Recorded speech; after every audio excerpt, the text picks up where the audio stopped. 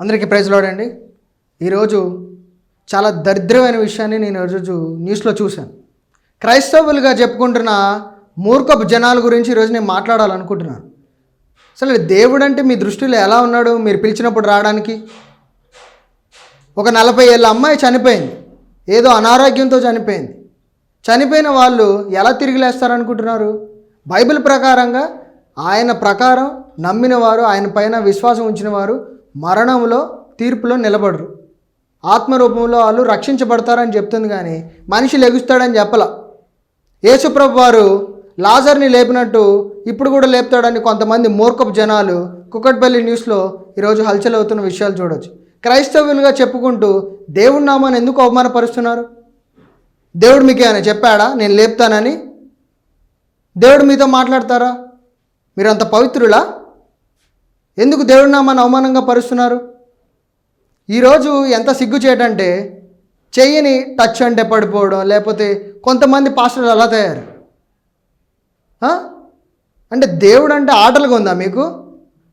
Bible ఏం చెప్తుంది? అలా చెప్పి నడిచేవారు ఎవ్వరు లేరు. మ్యాజిక్ షోస్ కండక్ట్ చేసుకుంటున్నారు. మీకు ఎంటర్టైన్మెంట్ ప్రోగ్రామ్ ఇదేమన్నా? ఏమనంటే మాత్రం ఫీల్ అయిపోతారు. సువార్త చెప్పే వాళ్ళు కూడా అలాగే ఉన్నారు.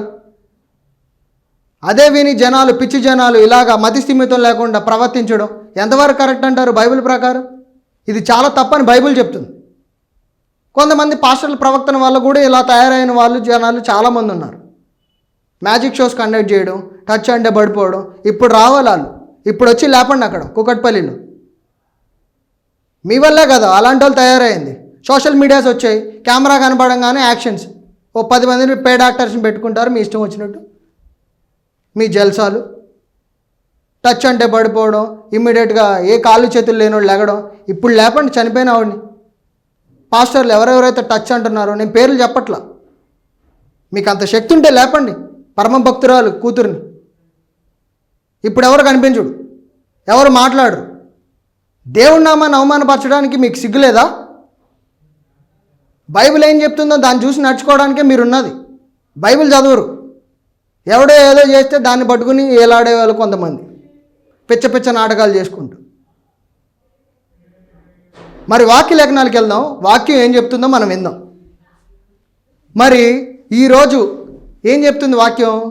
ప్రియమైన వారలారా, ఇప్పుడు చాలామంది ఇలా చిన్న చిన్న విషయాలు మిస్టేక్ చేసుకుంటూ దేవుడి నామాన్ని అవమానపరుస్తున్నాడు. అయితే యేసు లేపుతాడు, ఇప్పుడే లేపుతాడు అని ఎవరో చెప్పరు. అది నీ భావోద్వేగం. మాట్లాడుతున్నది నీ భావోద్వేగమే.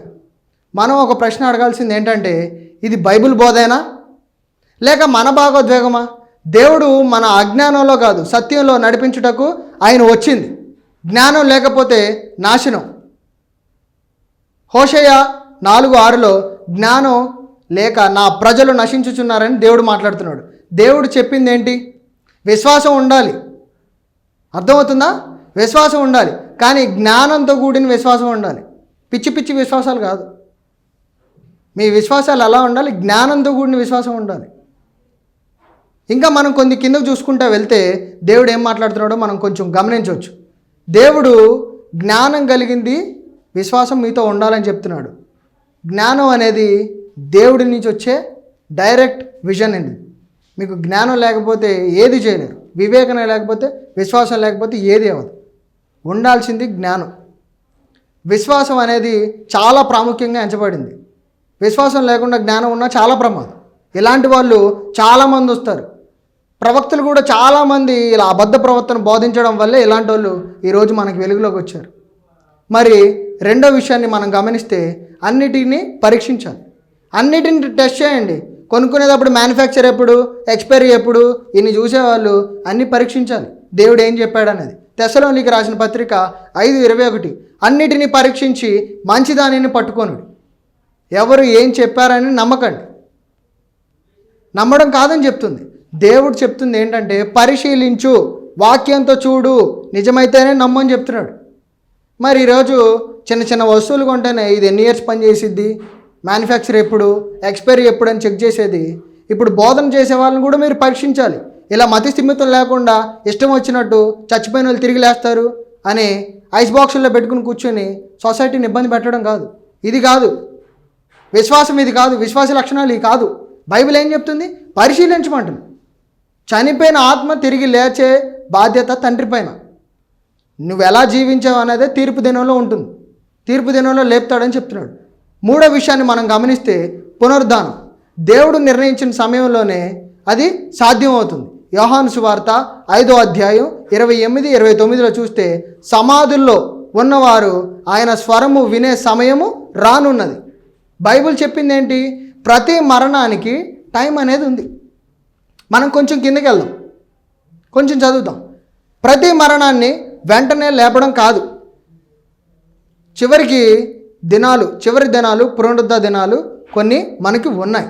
వాటిని బట్టే దేవుడు లేపుతానంటున్నాడు. కానీ ప్రతిదానికి చచ్చిపోయిన ప్రతి ఒక్కరిని లేపుతానని అంట్లా. లాజర్ని లేపింది దేనికి? అక్కడ ప్రత్యక్ష అద్భుతం చేయడానికి చేశాడు. నేను తండ్రి కొడుకునని చూపించుకోవడానికి కార్యక్రమం చేసింది. దా పర్టికులర్ రీజన్ దేనికి ఉందనేది చూడాలి మనం.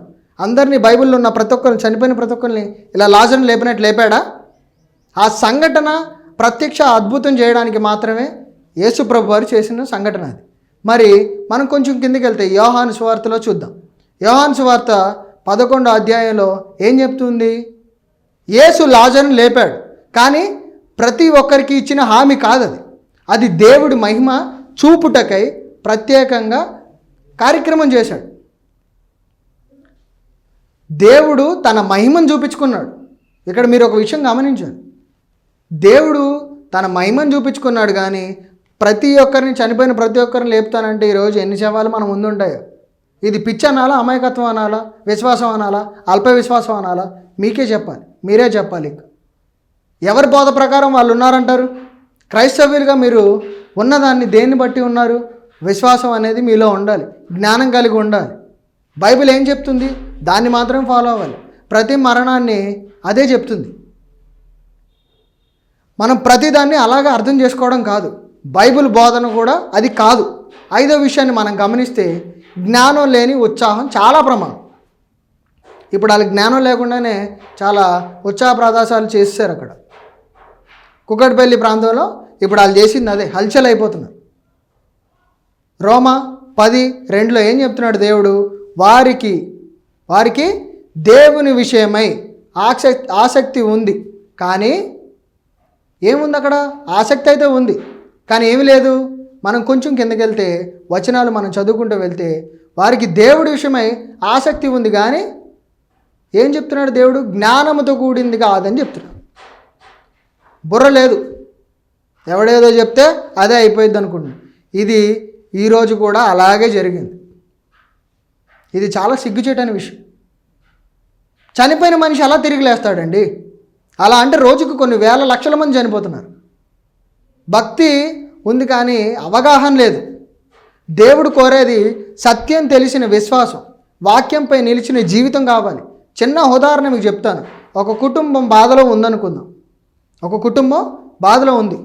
వారు ఏం చెప్పాలి? బాధలో ఉన్నప్పుడు తిరిగి లేస్తాడు, ఇంకొక 2-3 రోజులు ఉంచుదాం, 10 రోజులు ఉంచుదాం కాదు. బైబిల్ ప్రకారం ఏం చెప్తుంది? తీర్పు దినం వచ్చినప్పుడు, చివరి దినాలు వచ్చినప్పుడు పిలిచేవి వేరు. కుటుంబంలో ఉన్నవారు ఏం చెప్పాలి? ఇప్పుడే లేపుతాడు దేవుడు అలా చెప్పకూడదు, సత్యం చెప్పాలి. మనం మీకు చెప్పే ఉదాహరణ ఏంటంటే, చనిపోయిన వారిని ఓదార్చండి, వారి ఆత్మ తండ్రి చెద్ద చేరుకుందని చెప్పండి, లేకపోతే బలపరచండి, వారు చేసిన మంచి కార్యాలు చెప్పండి. కానీ నిజమైన విశ్వాసి ఎలాగే చెప్తాడు? దేవుడు అద్భుతాలు చేయగలడు, కానీ మనం చేసే ప్రతి దానిని బట్టి ప్రతిస్పందన అనేది ఉంటుంది. ఆయన వాక్యం చెప్పింది ఏంటి? సత్యంలో నిలవాలి. ఇప్పుడు మన పని ఓదార్పు ప్రార్థనే. ఇది చేయరు. రూమ్స్లో లాక్ చేసుకొని ఇష్టం వచ్చినట్టు చేసుకుంటా అందరిని ఇబ్బంది పెట్టడం ఎంతవరకు కరెక్ట్? మరణించి వారిని లేపమని వాదించకండి. బ్రతిమలాడిన వాళ్ళు రారు. బ్రతికిన మనం మారాలి. మీరు ఇప్పుడు బ్రతికే ఉన్నారు, ఈ వీడియో చూస్తున్న వాళ్ళు బ్రతికే ఉన్నారు. మీరు మార్పు చెందాలి. దేవుడు సరిచేయగలిగింది ఏంటి? మీ జీవితాన్ని సరిచేయగలడు. మీ జీవితాన్ని అప్పగించుకోండి, నిత్య జీవానికి స్థిరపడండి. అది లేదు. ఉన్నన్ని రోజులు తాగుడికి బానిస, సిగరెట్కి బానిస, లేకపోతే ఇష్ట జనసాలు ఇలా జీవించుకుంటూ వెళ్ళిపోతారు, చనిపోతారు. చనిపోయిన తర్వాత మరణం అని చెప్పేసి తీర్పు తప్ప ఇంకేమీ లేదని చెప్తున్నాడు. మరి బ్రతుకున్నప్పుడు నువ్వు ఏం చేయాలి? మారాలి. ఇలాంటి సంఘటనలు వెలుగులోకి రావడం చాలా బాధాకరమైన విషయం. మరి ఇలాంటివి రాకుండా ఉండాలంటే బైబిల్ చదవండి, తెలుసుకోండి. మీరు చెప్పే బోధనలను బట్టే కొంతమంది తయారవుతున్నారని ప్రతి ఒక్క పాస్టర్స్కి నేను రిక్వెస్ట్ చేస్తున్నాను. కొంచెం దయచేసి ఇలాంటి సంఘటనలు మళ్ళీ రాకుండా చూసుకోండి. దేవుడి వాక్యాన్ని దీవించును గాక. ఆమేన్.